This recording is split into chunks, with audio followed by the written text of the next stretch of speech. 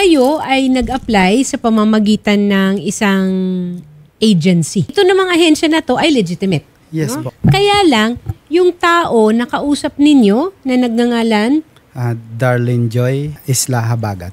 Empleyado po nung GRT. At ito ay sinang-ayunan at kinumpirma naman ng ahensya. So, hindi ito yung, kumbaga, parang ginamit lang yung pangalan. Hindi po. Kasi po, nung time na nag-apply kami, yung may-ari po mismo ng agency ang nag-interview sa amin. Okay. Tapos, pagkatapos po nung interview sa amin, doon na po kami binigay kay Ma'am Darlene. Magkano ang binigay nyo? 2,200 real. Magkano yun sa pesos? More or less po, 35,000. Pinauna na ninyo? Yung 15,000 po, yun po yung binigay namin doon po mismo sa Kay opisina ni Ma'am Darlene. May resibo ba ito? Mayroon po, binigay po kami. Petty cash voucher. Yes po. Parang mali ito. Ang petty cash voucher, binibigay ito dun sa taong uutang, di ba? Pag kayong kumuha ka ng pera. Okay? Tapos ang pumirma, may parang kuris-kuris lang eh. Pero doon ito nangyari sa opisina. Yes po, ma'am. Ano ba yan? Hindi pa nga kayo nakakaalis. Nagbayad na kayo ng kalahati. Parang, Yung sabi po kasi sa amin, yun daw po yung gagamitin pag ng mga requirements namin. Process. Yes po. pagkatapos nito, sigurado ako, may sumunod pa. Meron, paniningil. meron po. Magkano? Nasa 19. Bawat Paano isa nyo sa naman amin. yun? Through banko po. Kaninong account? Kay Ma'am Darlene din po. So, personal niya na account. Yes po. Yun po yung binigay niya sa amin. Hindi Doon yung namin account isasend. nung Agency. na official account ng agency. Ano naman itong mga St. Peter Paul Medical? Medical po namin.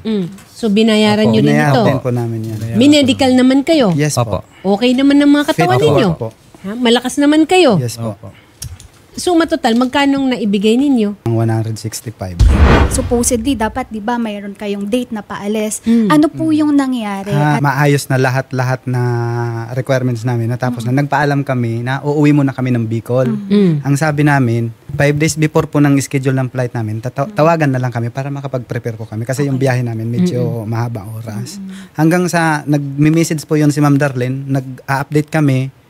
Palagi niya lang sinasabi nung una, after Ramadan na lang daw po kasi ang sabi daw ng employer, Naman yung mga Ramadan. mahina daw yung customer nung time na yon. After naman po ng Ramadan, nag-update na naman po kami. Nasa bakasyon naman daw po yung employer. Hindi daw po maasikaso yung ticket. Tapos nag-Holy Week naman po yon. Anong work po yung in-applyan nyo? Massage therapy po. Pero yung nasa visa, health club attendant. At saan kayo ipapadala? Alcobar po. Paano nyo naman nakilala at nalaman ang tungkol dito sa agency na ito? Bali, tumawag lang po yan sa amin kasi rinekomenda nga po kami nung kaibigan namin na nasa Africa. Okay. Pina-report na po kami kagad na for interview din. Pag nakapasa daw po, may medical na kami. Magandang hapon po, Ma'am Moira. Yes, ma'am. Good afternoon po. Ano po ba ang nangyari dito, ma'am? Yung sa application nila, ma'am, sinukan naman namin na pumasok sila dito sa office namin. Fill up sila, dito sila. In-screen po nung may-ari ng JRT. Okay. Pero ang pan po kasi yung yung nag-handle po sa kanila, actually hindi siya accredited dito sa amin kasi ang transaction talaga namin yung asawa niya, ma'am. Ang nangyari, yung application alam namin, pero yung sa collection na, yung sa bayaran, hindi na po namin alam. Kasi bawal naman talaga po sa amin na agency na ang resibo dapat, if nagbayad sila, dapat resibo po namin na official receipt ng JRT. Nagpunta po sila dyan sa opisina ninyo at mismong may-ari pa o yung manager ang nag-refer sa kanila at nag-endorse sa kanila doon kay Darlene. Ang role po yung may-ari po is yung in-screen lang po sila kasi ang sabi niya is may employer nga daw na ayun sa job order may employer. Pero ang ka-transaction po namin talaga is yung asawa po niya. Pero siya talaga hindi siya accredited dito sa amin, ma'am. Parang nag-refer lang. Pero ma'am, the fact na yung may-ari na nag-interview sa kanila mismo endorse them to Darlene, clothed Darlene with apparent authority. So hindi po pwedeng maghugas kamay ang agency. Ano po ba ang pwede nating gawin dito? Na yung asawa pala nun, yun ang talagang may transaction sa inyo or may kinalaman sa inyo? Si Miss Darlene po ang nag-recruit po sa kanila. In-screen lang po nung may-ari, ma'am. Pero ang kwan nila, dinuereksyon na sila dun kay Miss Darlene. Pero ang kwan na lang, ma'am, dito kasi ang kwan din namin, if mag-settle kami, kung dun sa mga nagastos nila, dun kami mag-usap ma'am sa DMW. Para po, kasi kailangan po namin din ng mga desistance, ganyan, para at least ma'am formal ba? Okay. So, hindi po ninyo tinatalikuran ha na meron ring liability Yes, at ma'am. may responsibility ang JRT? Yes, ma'am. Okay. Yes, ma'am. Kasi pumunta na ma'am sila dito kahapon. Kinausap na namin na ang kwan nga din na ino-offer din nga namin na ilipat namin sila ng ibang employer. Hahanapan namin. Pero hindi yung bigyan lang nila din kami ng time. Kasi siyempre ma'am, ang market, kukuhan mo pa sila pag kuhan din kami Okay. ng mga principal na. Ito lang ma'am ha, maling-mali po na Philippine Recruitment Agency ay nagsiscreen lang, nag-i-interview. Tapos ipapasa ninyo sa hindi ninyo tao, pero ang tao ninyo ay yung asawa. Parang ang Hindi rin labo po nun. namin tao yung asawa, ma'am ba? Pero accredited ninyo? Nag-refer lang po ng employer, ma'am. Magandang hapon po, Asek Jerome. Magandang hapon po, attorney. Sir, ito na nga po. Ano po ba ang mangyayari dito at ano po ba ang pwede nating itulong dito sa ating mga kasama? Well, nakikinig ako, attorney, no? Tama, medyo weird yung recruitment circumstance niya.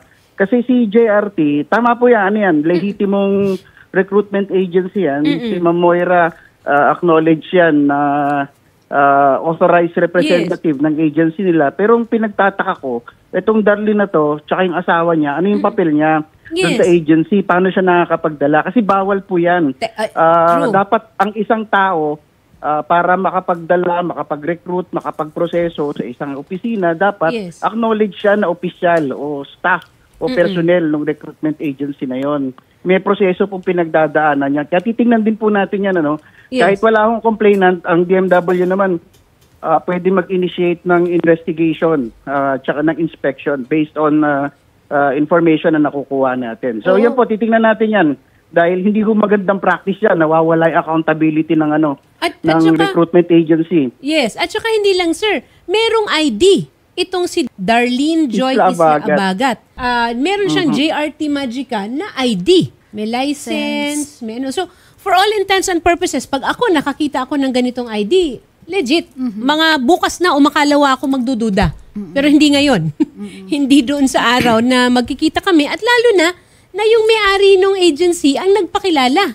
Yes po. Tama ba? Yes po. Pinapunta po kami kay Ma'am Darlene nung na-interview niya kami. Nung pagkatapos kayo ma-interview, tapos ano sabi? O sige, punta kayo kay Darlene. Yes po. Siya na daw po magpa-process. Siya ang magpa-process. Yes po. Okay. Those words alone will lead any normal thinking person na, okay na kami. At saka po, nagtiwala naman po kasi kami. Lahat naman kasi okay na eh. May visa na po, tapos na medical. Ticket na nga lang po yung hinihintay namin. Ticket na. Kailan nyo huling nakausap itong si Darlene? Si Ma'am Darlene po, through WhatsApp na lang po. Ang last na usap po namin is April 14. Yes po, nasa probinsya po kami niyan. Tapos yung sabi niya po noon, katapusan daw ng April yung ticket namin. Hindi, kami tiwala naman po kasi kompleto na nga eh. Hinintay po namin nung mag-April ng katapusan. Ngayon, nung wala pa po, napilitan po akong lumabas. Pumunta po, nag-report po ako sa agency. Nasabi ko, Madam, expired na po yung visa namin ng May 11. Pagdating po namin doon, wala na talaga yun si Ma'am Darlene. Si Miss So may Moy visa po. rin kayong nakuha? Yes po, ma'am. Meron po. May visa ito, po. no? Legit naman tong visa Legit nito? po. Legit Kasi ito. nung ma-release po yan sa amin, pina-search ko din po sa visa application ng KSA. Lumabas naman po yung... Totoo. Yes Totoong po. visa ito. Yes po. Kayo ba ay naging OFW na Opo, dati? dati. Ex na po. Ex-abroad na po kami.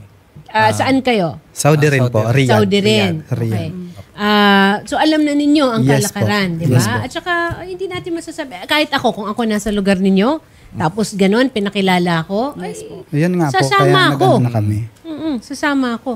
Miss Moira, handa naman po kayong makipagkita doon sa, at tama kayo, sa DMW na.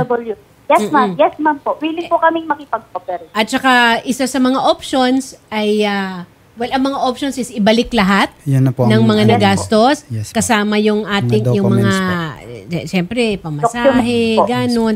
Oo. Or, i-proseso nila ulit. Hindi O ayaw po, niyo na? Ayaw na po. Asek Jerome, ano po ang dadalhin po nitong mga complainants natin? They have naman po all the photocopies, proof po ng kanilang payment. Yeah, lahat ng documents related sa kanilang recruitment. Kung meron din silang screenshots ng mga conversations nila, Yes, Meron meron. I think masinop naman na nagtatago yung mga mukhang mga veterano naman to mga OFWs Oo. natin. Kaya alam kung ano yung mga importante at kailangan may itago. ano po So, kami screenshot, na impormasyon na yung si Ma'am Darlene daw po nasa Indonesia na ngayon.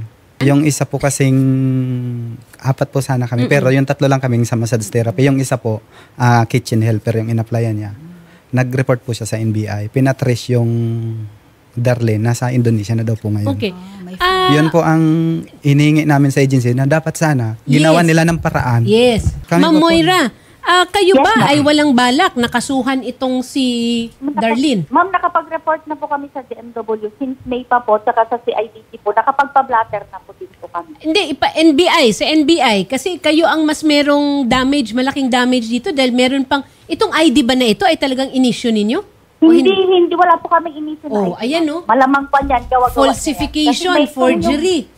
Opo. Oo. So, Ma'am, ma'am po, pwede po ba kami magkaso sa NBI sa kanya? Oo, dapat ano rin kayo, kasama kayo na Yung Kasi sabi nag-vlog- po nila kahapon, paano nyo ba? Oo. kami daw po yung magreklamo, hindi sila. Hindi, kasama kayo rin magrereklamo. Yes po. Kasi kayo yung nagbigay, di ba? Yes po. Pero kasi sir. sinira ni Darlene eh. Kung hindi magrereklamo si Moira, parang kakonsyaba si Moira. Yun nga po ang inaano namin. Hindi nga ma'am, kasi ang advice naman sa amin sa CIDG, kailangan daw po ma'am, may complainant na sasama. Though wala namang gusto kong sumama, pero kung willing sila, willing din po. Kasi gusto rin namin kasi pare-parehas Oh, kami yan. naging biktima dito ma'am. Sasamahan natin Yes po, Rio. yes po. Oo. Opo ma'am, mas maganda Sasamahan po. natin Rio itong Kung gusto namin yan ma'am, complainant kasi makikipagtulungan kami talaga. Kasi gusto rin namin na hindi na niya gawin sa ibang agency to. Kasi nagawa na niya sa 2 yata, 2 agency according to may mga nakapagsabi po sa amin. personal ba ito? Nakilala ng boss ninyo? Kasi Hindi, nandyan yung ma'am. mga pagdududa eh. Di ba? Employer lang po yung nag-refer po sa amin. Oh, at saka baka alam mo na yung maraming mga pwede kasi mangyari dito. Ginagamit ba ito para sa hindi magandang mga kaganapan?